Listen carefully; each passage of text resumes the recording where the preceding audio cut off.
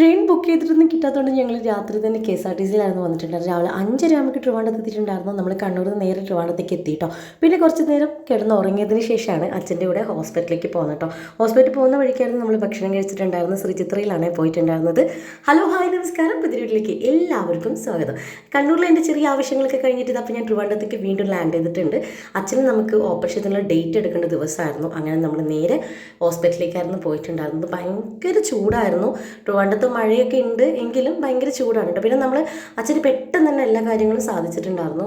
അച്ഛനുള്ള operation ഡേറ്റും കാര്യങ്ങളൊക്കെ എടുത്ത് നമ്മൾ നേരെ അൺലിമിറ്റഡ് ബിരിയാണി കടയിലാണ് വന്നിട്ടുണ്ടായിരുന്നത്. നമ്മൾ ഇവിടുത്തെ വീഡിയോ മുൻപൊക്കെ ഇട്ടിട്ടുണ്ട് കേട്ടോ. ഈ ഒരു കടയിൽ നിന്ന് നമ്മൾ ബിരിയാണി കഴിച്ച വീഡിയോ ഒക്കെ ഇട്ടിട്ടുണ്ടായിരുന്നു. മുഖമൊക്കെ വല്ലാണ്ടായിട്ടുള്ളത്, ഞാൻ വല്ലാതെ ടയേർഡാണ് കേട്ടോ. കുറച്ച് ഹെൽത്ത് ഇഷ്യൂസും കാര്യങ്ങളൊക്കെ ഉണ്ടായിട്ടുണ്ടായിരുന്നു.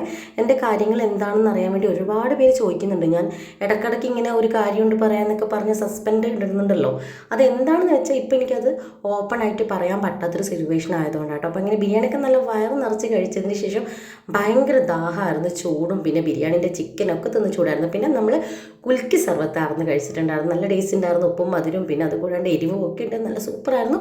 അപ്പോൾ നെക്സ്റ്റ് വീഡിയോ കാണാം, ബൈ.